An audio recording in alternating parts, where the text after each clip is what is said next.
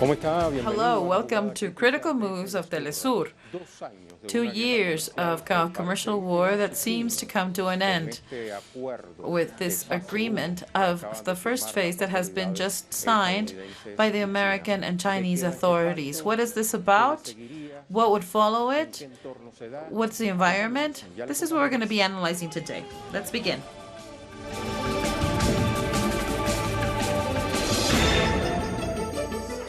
Let's begin by listening to the declarations of the authorities of the U.S. and China of this first phase of the agreement. Ever since China began to the World Commerce Organization, we have accumulated $5 billion. The first Vice Minister, I hope he's listening. We lost a lot of employments in fabrication, and we had to close thousands of factories. It had also to do with Mexico and to a degree with Canada. What they did, we didn't have any agreement before. And it was just it was no election. And what we had was, now what we have is an agreement that will bring both countries benefits. We have a great relationship with China and their leadership. China totally understands that there has to be some reciprocity. This cannot go on like this. It would be very dangerous should it continue like this.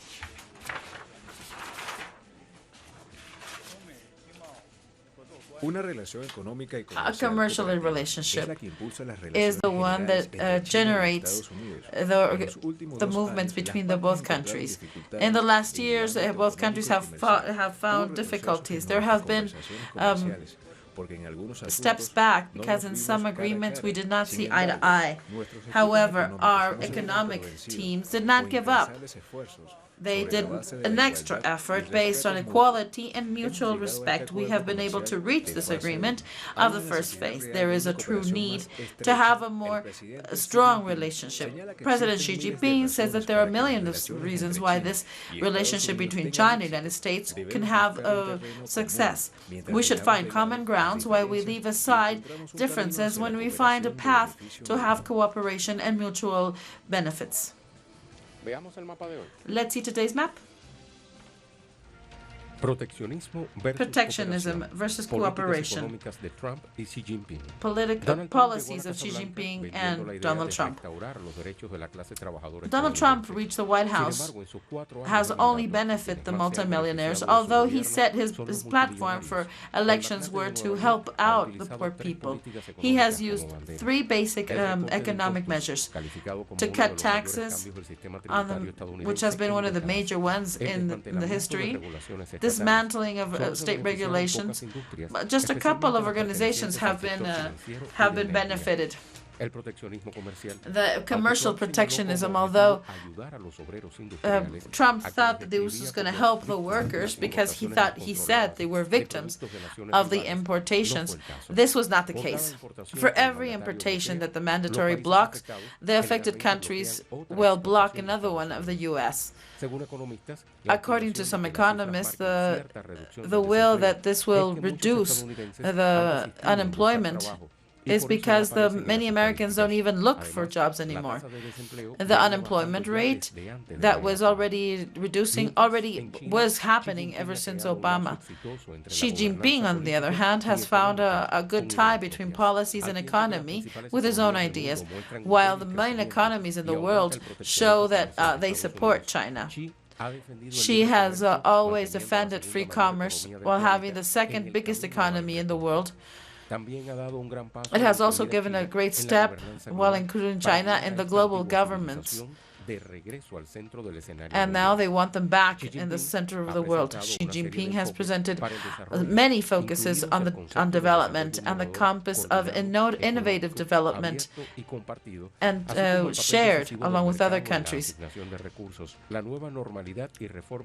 The new structural reform based on the offer. The level of life of China has improved notoriously with the increase of the GDP. In environmental field, we have seen that they have stopped using their natural resources. Now they have this Silk Route where they're going to start sharing with many other countries, as well as with the developed ones, by investing technology and money.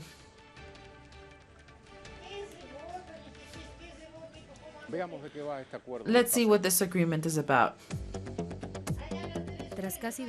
After almost 2 years of tensions, and these tensions, the United States and China have finally signed the first phase of a commercial agreement that tries to reduce their commercial war. The White House was the headquarters of this meeting with the representative of China. The agreement goes about intellectual property, technology, agriculture, financial service, currency, financial expansion, conflict resolutions.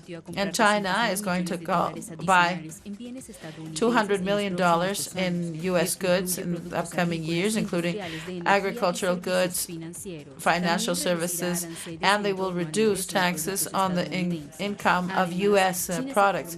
China will also will stop making their currency smaller. However, Trump will keep the taxes for $3.6 billion. He will accept these taxes if there is an agreement in phase 2. Both parts have agreed to have a mechanism of conflict resolutions. The agreement leaves also some topics that are pending, as well as cybersecurity, where there's this critic about the 5G technology. We can say that the conflict is far from over. Let's begin with checking the digital websites. What does Vanguard say? Trump trapped in the labyrinth of China. He said he was going to balance the relationship between those. However, the investigation that was made saying that China had stolen technology. As a consequence of the taxes, the deficit of the balance has been reduced a little bit, but it has increased in terms of Mexico, Europe, and the rest of the world.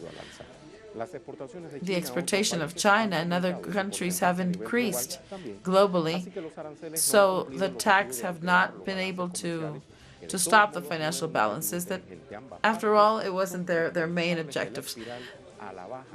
Both countries are to blame for the reduction of their commercial exchange. Another article that we had looked into is the Financial Times, printed on the 19th of January. It's a hit to Brazil for the truce. Ever since they began with Beijing, Brazil is supplying soy sauce to China. However, now the promise of China, of the main exporter in the world, for $200,000 over the next 2 years, have generated some fear that the offer of Brazilian products might diminish. This will be a big hit for their economy. In general terms, the people who work in Brazil think that the agreement between U.S. and Brazil and China will help to tranquilize a little bit the international investors that had avoided those countries and had invested in Brazil as an emerging economy. I take advantage to suggest that you read and analyze United States versus China, a commercial truce, commercial war. This has been written by Alfredo Khalife Rahme and printed by Sputnik on the 17th of this day. We skim a little bit through the reading. It says that, worried for his impeachment, Trump has been able to get 2 commercial benefits and the agreement with Mexico and Canada. China preferred to absorb some of the losses in terms of to have o electoreras, digo mejor, compras teledirigidas por $200,000 millones en 2 años. China has been leading on electoral purchases. It has gone over the U.S. What Trump says is how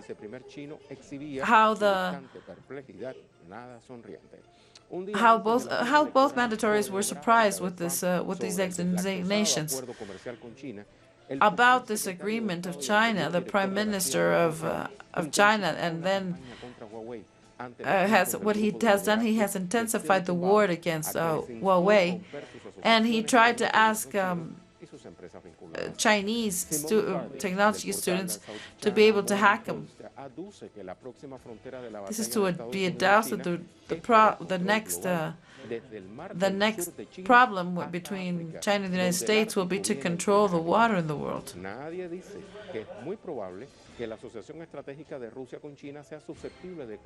And we know that it might even, that this relationship will have maybe that the backdrop of the military increase of China. And let's not forget that China is also building the Silk Route. Trump will do everything in his hands to block the Arctic, and this is how you can understand the will to buy Greenland. Subrayan la desesperación estratégica de Estados Unidos frente al doble ascenso y la asociación de Rusia y China.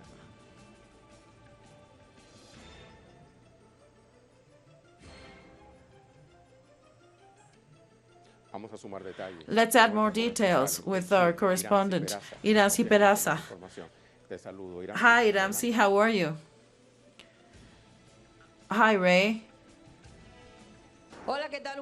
A pleasure to greet you and all of the audience of Telesur at this hour. In fact, after 17 months of strong negotiations, China and the United States have signed on January 15 the first phase of an agreement to advance towards the end of the commercial war between these two countries. With the signature of this pact, it is now official a truce between this conflict between the two nations and has given back some faith in some commercial markets. The United States and China have said that the pact is beneficial for both nations, but as well for the international community. But what is this agreement about? Well, the agreement is 85 pages long, and at the beginning, both countries recognize the need to have commercial ties, as well as their interest to always abide by international law,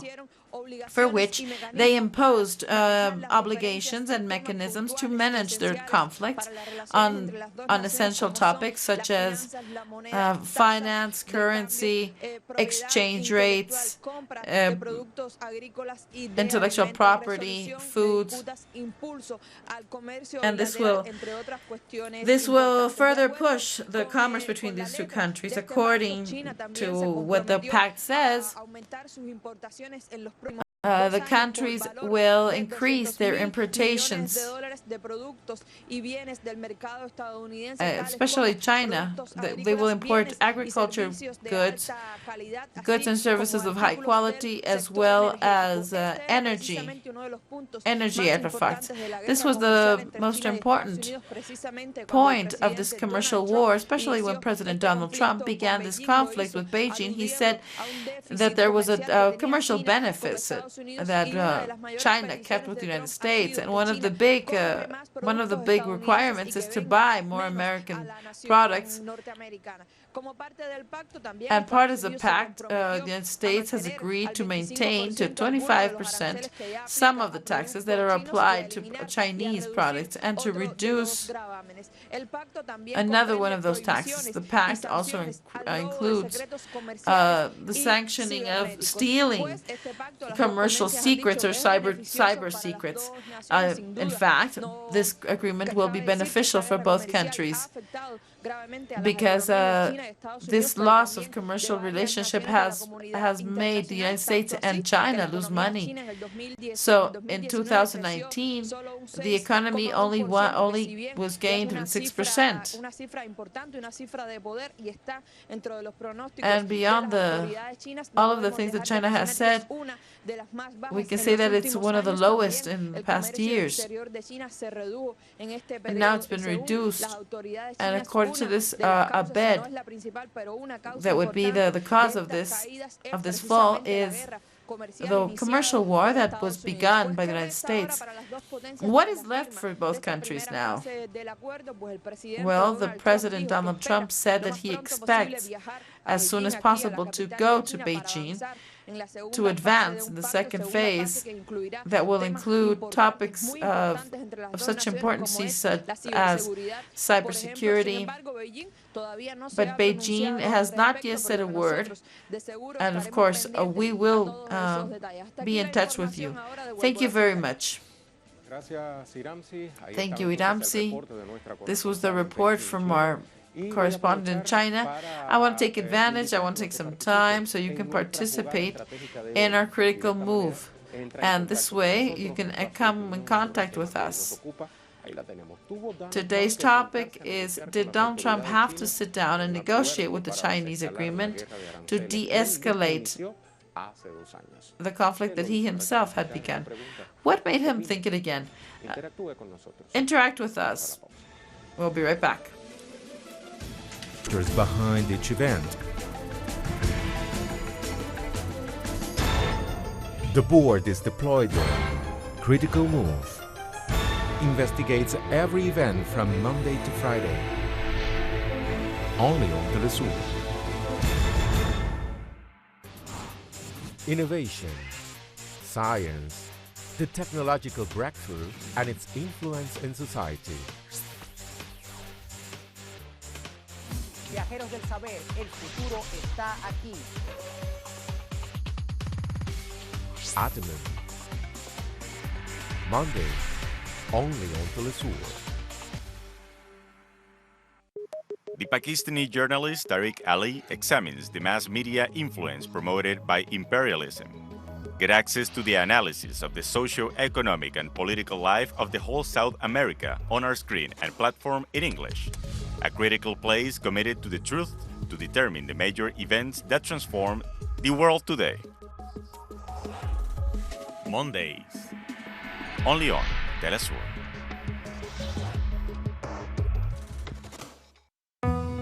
为了保持身体健康，我冥想。 Para mantenerme saludable, yo corro. To keep myself healthy, I study. Για να διατηρηθώ υγιής, τρέφομαι σωστά. Para mantenerme saludable, yo bailo. Para mantenerme saludable, yo purifico mi espíritu a través del cuerpo.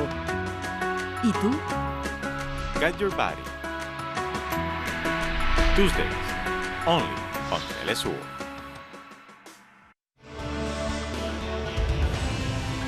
In a world infested by inequalities, abuse of power, and injustice, the American journalist Abby Martin covers the struggle for fundamental rights worldwide, deepening into the search of files which uncover the empire's strategies through our screen and web platform in English.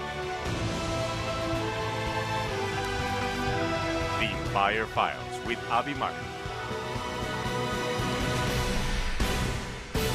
Tuesday, only on Telesur. Our actions have an impact on the environment. It's our responsibility to change for the sake of our planet. Let's be part of this transition. Watch, preserve, and protect your green zone. Wednesdays, only on Telesur.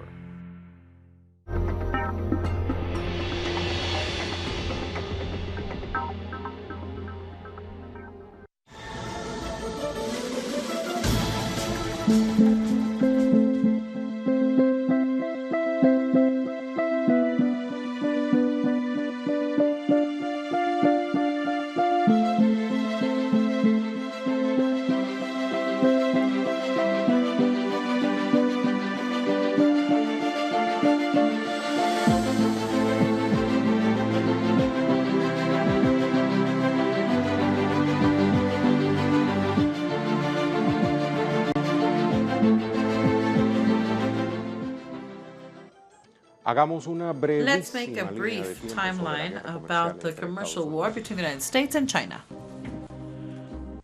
In July 2018, Donald Trump implemented the first measures against China for alleged commercial practices that are unloyal and saying that he needed to balance the commercial balance. He started to put a 25% tax. This was $34 billion. Then the same month, they published more than 6,000 products that would also be taxed. He said that the increase of tax would be up until 25% as opposed to 10%, and this would go on to $200 billion. He said that many things would have this tax.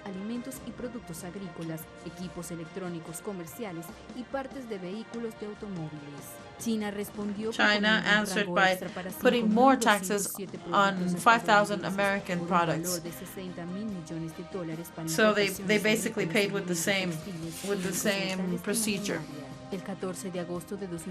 On August 2018, the Minister of Finance of China said he presented a formal case to the OMC against the U.S., saying that the taxes were hindering the commercial interests. At the end of this year, the both authorities have met in the United States to analyze ways to solve this conflict. The United States, however, implemented a second round of sanctions, and China presented a new complaint against the World Trade Organization.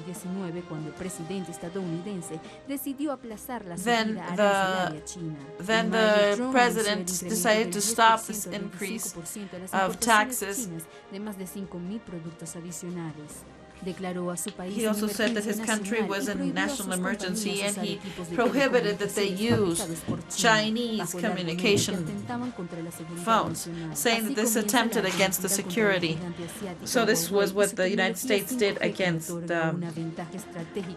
China, and especially Huawei, because they have the 5G technology. In June, after both countries proposed to reduce the tensions and they were going to dialogue, the United States decided not to impose taxes on their importations and allow their companies to sell Huawei. Then there were going to be more importations, and Beijing said that there was going to be a tax on everything that came from China. So what China did was to lower their currency, and they were able to keep on maintaining the prices with the products they imported. In November, both authorities announced that they would start consultations to put an end to this commercial war. Last week, there was the first phase of this agreement to de-escalate the conflict. Let's begin analyzing this topic. From Mexico. We have Enrique Dussel Peters, Director of the China-Mexico Center of Studies, Michael Bejar. He's also an economy professor of the UNAM. I would like to thank you both for being with us, and please help us try to understand what is this turning point and why has it come forth.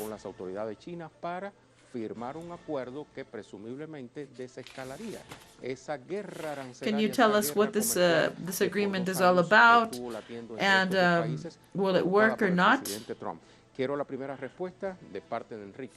Enrique, let's begin with you. Hi, thank you for the invitation.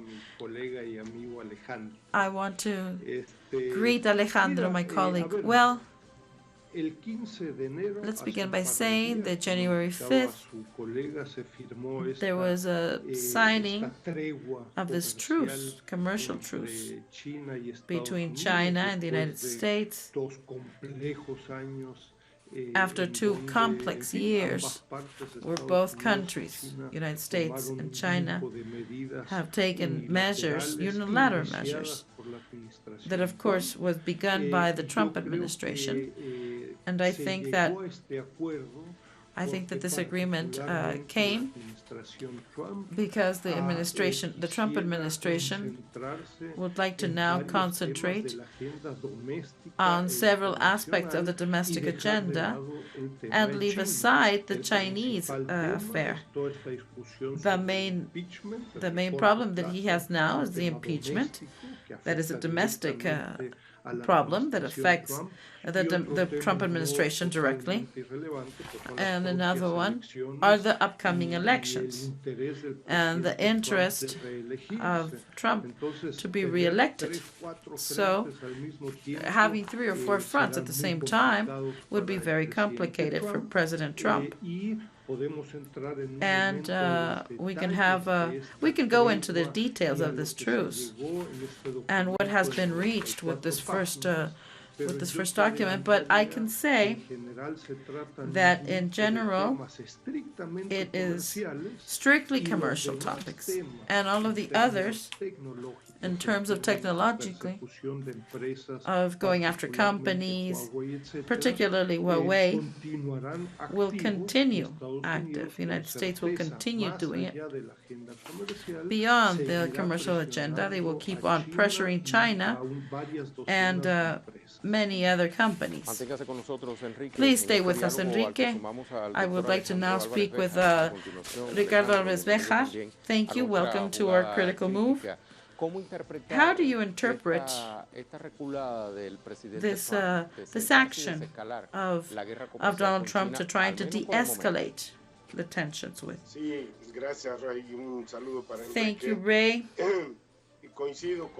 I agree with what he has said. I think that the domestic agenda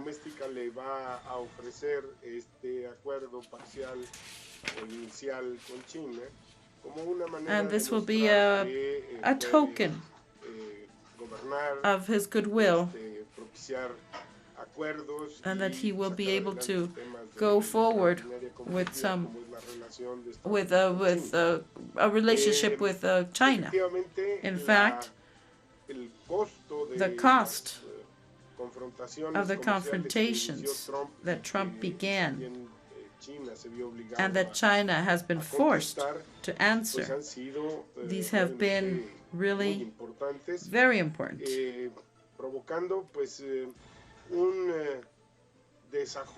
provoking a big disface in the international economy.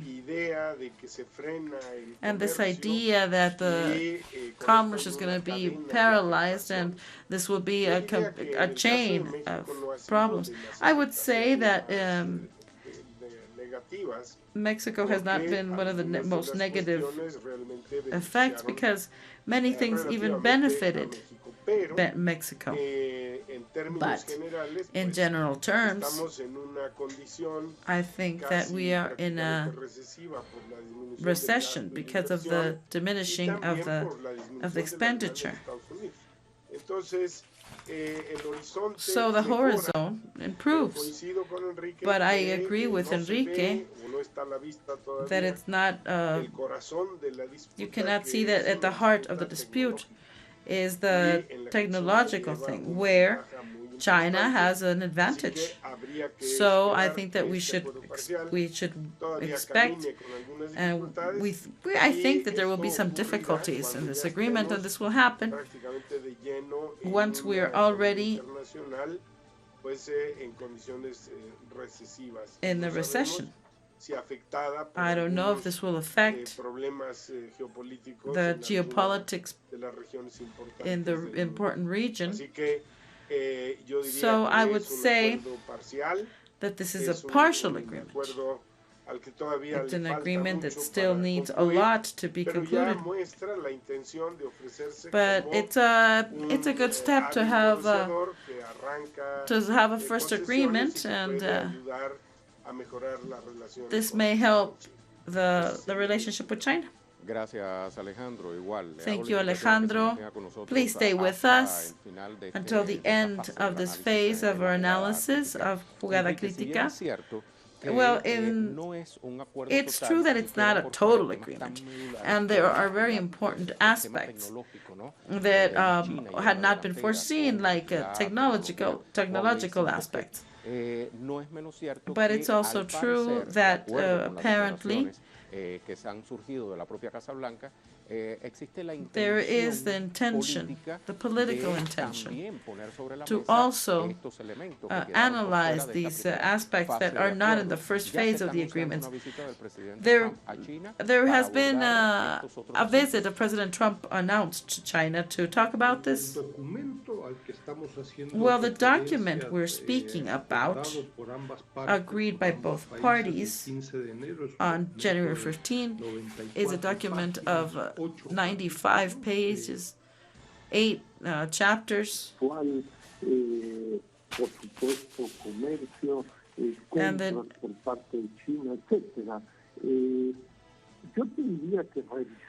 I think that if we go over some analysis, we think that there will be an agreement that until 2020 there might be the second phase of a negotiation between both parties.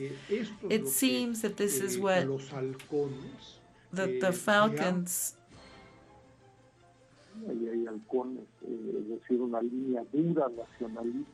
en China y en Estados Unidos. Esto es lo que ambas partes están dispuestas a negociar.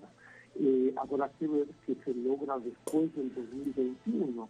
Pues yo te recuerdo, in 2021, estrictamente lo que se plantea en el what is established in this document, in the most important part, about the compromises on behalf of China, in terms of what they will be purchasing from the U.S. These purchases,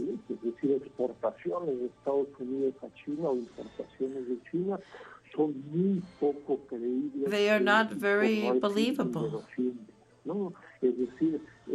So this is to say that China could have to massify their purchases from the United States in 2020 in specific sectors. If you see the document, there are quotas and very specific objects. There's a list that specify the increase by the 2020. In some topics,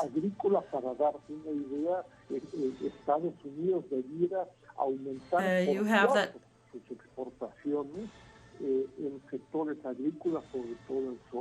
that China should increase it by 4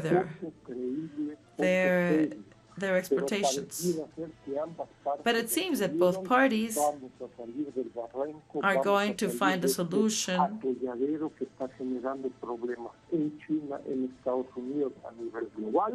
and in states in a global way. Could we say, Enrique, we're going to stay with you because I want to clarify some things. Could you say that this first phase of the agreement, with no needs to speculate, but it could be like a curtain of smoke? Well, I have found a way, because we've been able to do this with more diplomacy. Well, we don't want to get in a fight today in the middle of the day here in the street, but let's leave it for later when it's dark.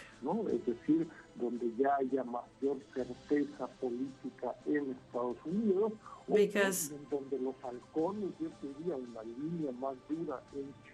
let's not forget that in other places that are more nationalistic, these agreements are considered a way to give in to the empire.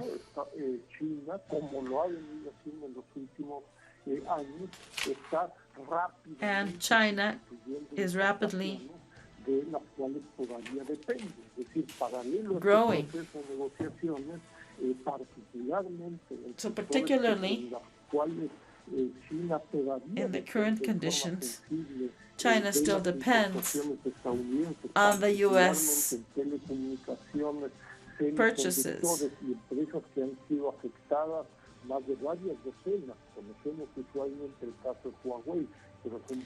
And let's not forget that Huawei is also in the forefront, but they need the American market.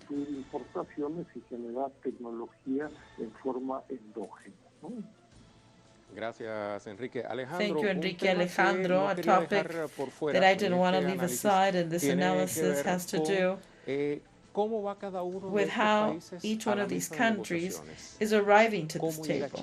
How is China? How is the United States? Who has an advantage over who? Well,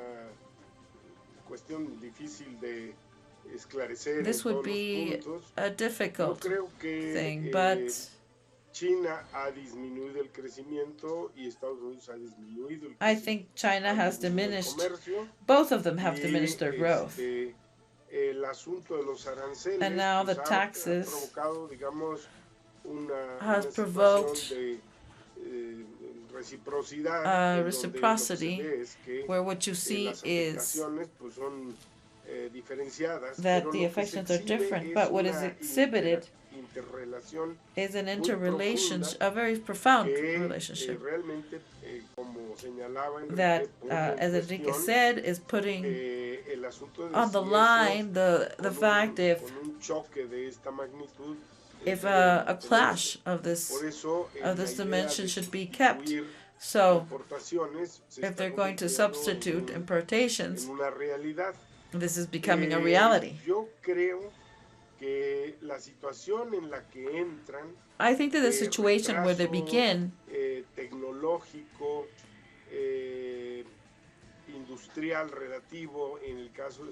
that the United States, in the case of the United States, is behind in production and technology, is still present. And the other thing is that this idea that to correct a commercial deficit,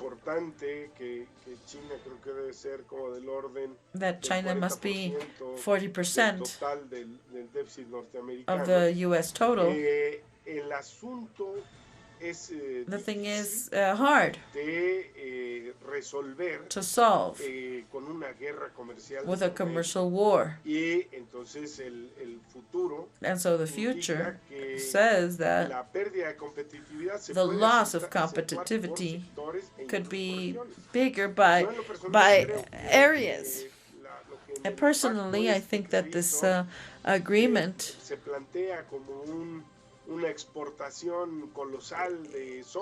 is a huge exportation of soy, but I think this is like an impact. I think this is an impact to go on the electorate for the elections, because what Trump wants to say is, hey, soy producers, I have been able to place your products abroad. So I think the political agenda is present everywhere. In the case of China, there are also some things that need to be reconsidered, because the 100th anniversary of the party is upcoming. So they have to make a discussion on how the party is going to move forward from now on. So I think that the shortcomings with which both parties are coming in are both charged towards China. But I would say that if there's an agreement, it would be positive, because this means that at least there's the temptation that we don't want that the criteria prevail, these criteria of war. Thank you for your input to both of you. I invite you to always continue watching Telesur. Let's go to our pause, but before, please remember that we have a question that is on internet with which you can interact with us. Did Donald Trump have to sit and have dialogue with the Chinese people? ¿Qué lo hizo recapacitar? What made him think it all over with?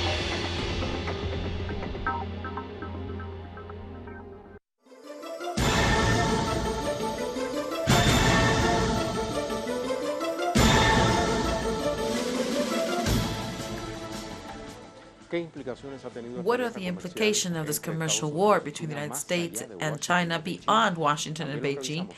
Let's look over this. The United States has imposed a series of taxes on China and other commercial allies like Canada, European Union, Mexico, while China has liberated taxes from other countries. So the United States has created hostility. But China makes the cooperation even stronger with other countries. But in China, there is a policy of development, while the United States is using Chinese production so they can produce at a lower rate. Beijing buys from China, from the US, they buy some food. The World Trade Organization has not been able to mediate in this commercial war. And it comes along with the claim saying that the United States is accelerating technology development. 63% of the Chinese exports have gone to many countries, other countries. It is also important to say that Taiwan has also come up with more topics to discuss. And it's important to make these transactions. Other transaction winners is we in our own country we do have these topics. About this internationalization of the tax war between China and the United States, I want to talk with Dr. Julio Gambino. He's a specialist in world economy. Thank you very much for being with us. Hi, thank you. Well,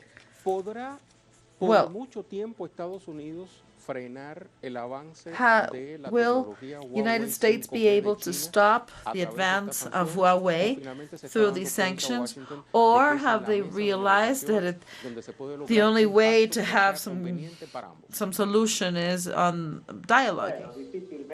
Well, it's hard to have a pact that will be convenient for both.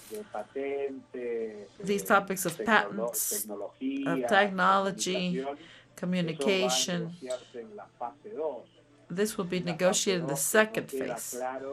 That is not clear yet. When will it happen? So this is why we're calling it phase 1 or phase 2. The one we have just signed is phase 1. That has to do with a determined level of taxes, but does not solve the main event, which is the technological competition, production competition.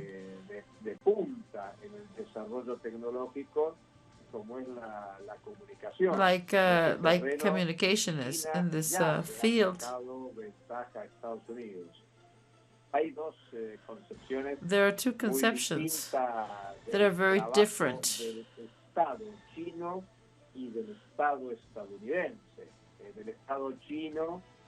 And there is a planification, a long-term planification from China that looks forward with a lot of years ahead.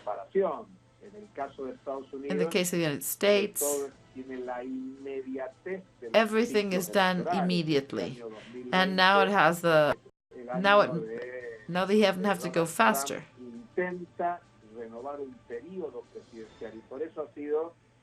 And that is why the agreement is so urgent to be in the phase 1 and show these people of the U.S. agriculture. So this is the moment of a lot of, because everything they lost when the Chinese market was lost due to the unilateral sanctions that the U.S. imposed on China. So this is just the first phase that tries to go after the electoral needs. This is to find votes. That now China has assumed so they can buy $76 billion in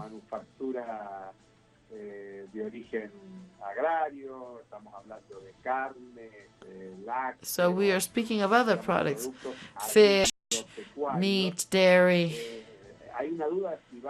and there's another problem, which is yeah, but if China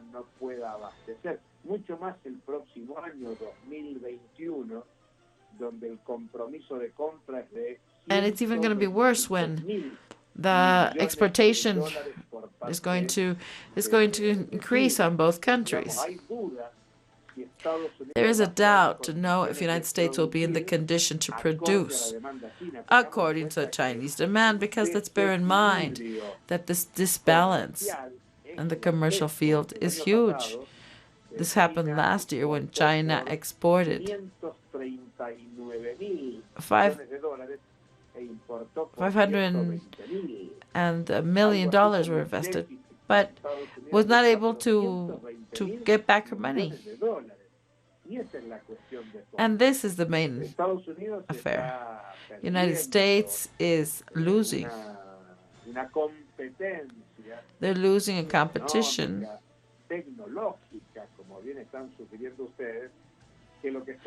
And what is at stake? This is for the world context.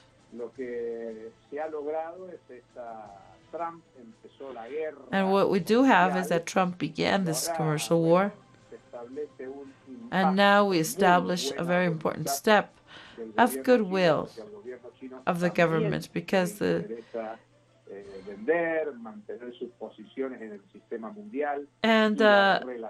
relationship is basic.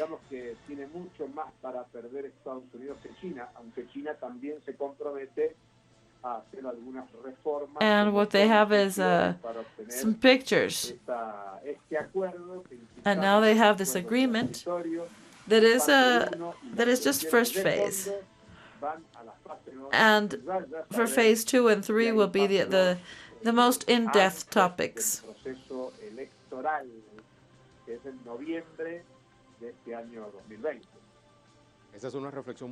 This is a very important reflection. One of my topics considers that this phase 1 could be interpreted as something different from the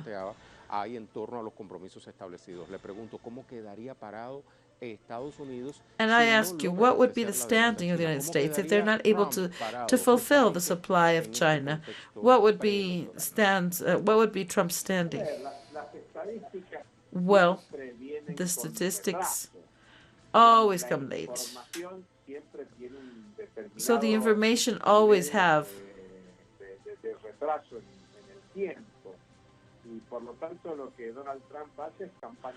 So what Trump is trying to do is a presidential campaign.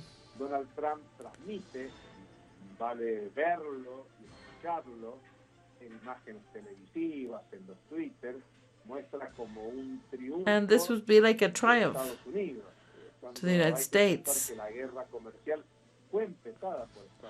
And the United States doesn't cast the first rock.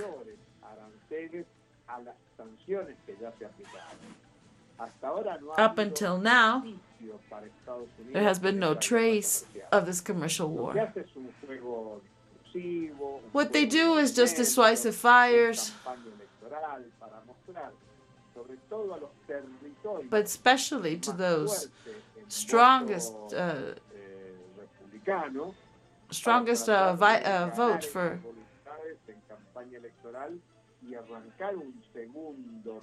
And what they would do is to to put these, not to put these small animals in the face.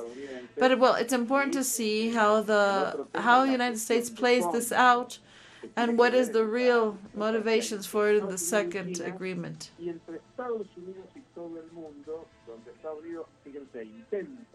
Mantener la hegemonía conquistada en el 44-45 and siglo pasado, a la salida de la Segunda Guerra Mundial, pero and however, this is not enough, because the United States has no longer the control over the economies of the other countries.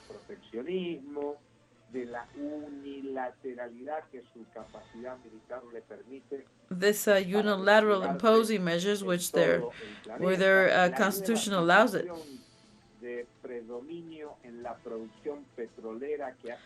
Now let's see this production of aluminium, and this fracking tent, and now we're speaking of the essential elements. Among other things,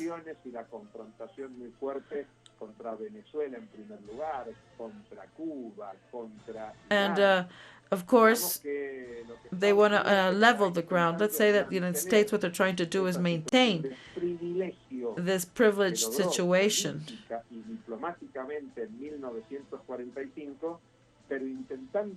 And what they were trying to do is restructure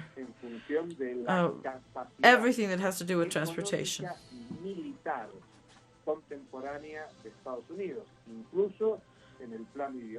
including in the commercial area, where there are new policies that are going to come in little by little to China.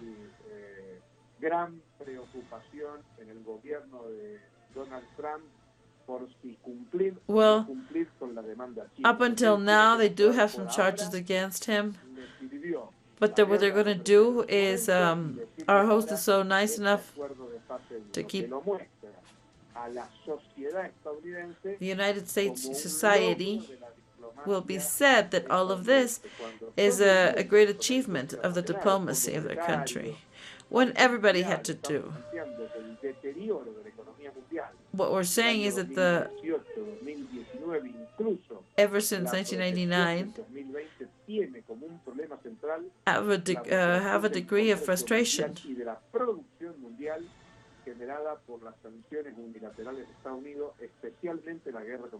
especially the commercial war with China.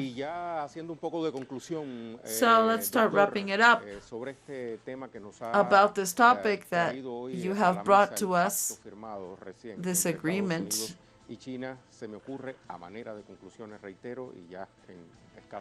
And this says a conclusion. So this negotiating table, does it put China, that the United States, at least, you two are going to maintain a dialogue, or they will continue doing it? What he says is China, the Second World War power. It would not be so good to speak about two unions that have the same. Well, in fact, it is very hard, because it's not only the economy, it's the amount of doing things.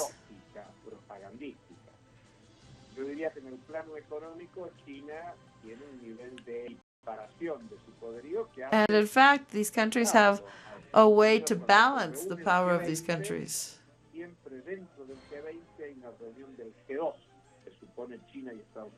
Allegedly, it's China and the United States, but from the military standpoint,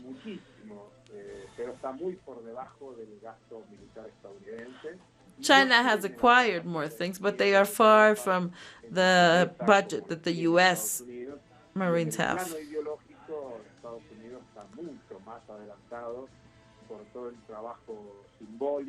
And after all of this work,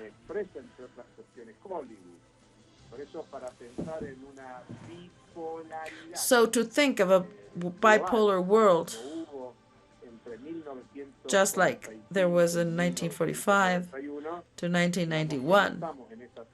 Well, this is not the same circumstance anymore.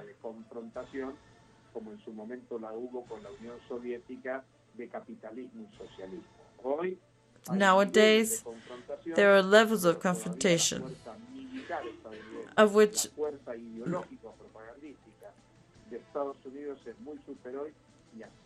and now this, what we can say is that they have been colonized by international, national news media. Thank you very much, Doctor. A la audiencia de Telesur con sus reflexiones. Hasta la próxima. Hasta la próxima. Vamos entonces a conclusiones. Let's go to conclusions.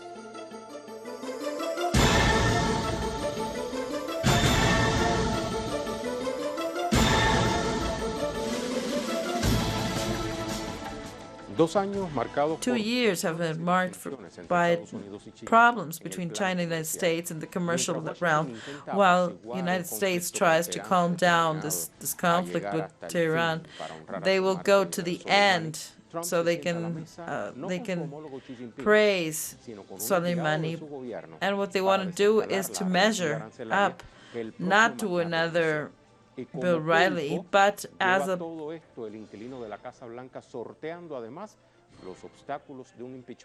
what they're also trying to do is to avoid an impeachment. Will he be able to put an end to all of this fire? Let's see.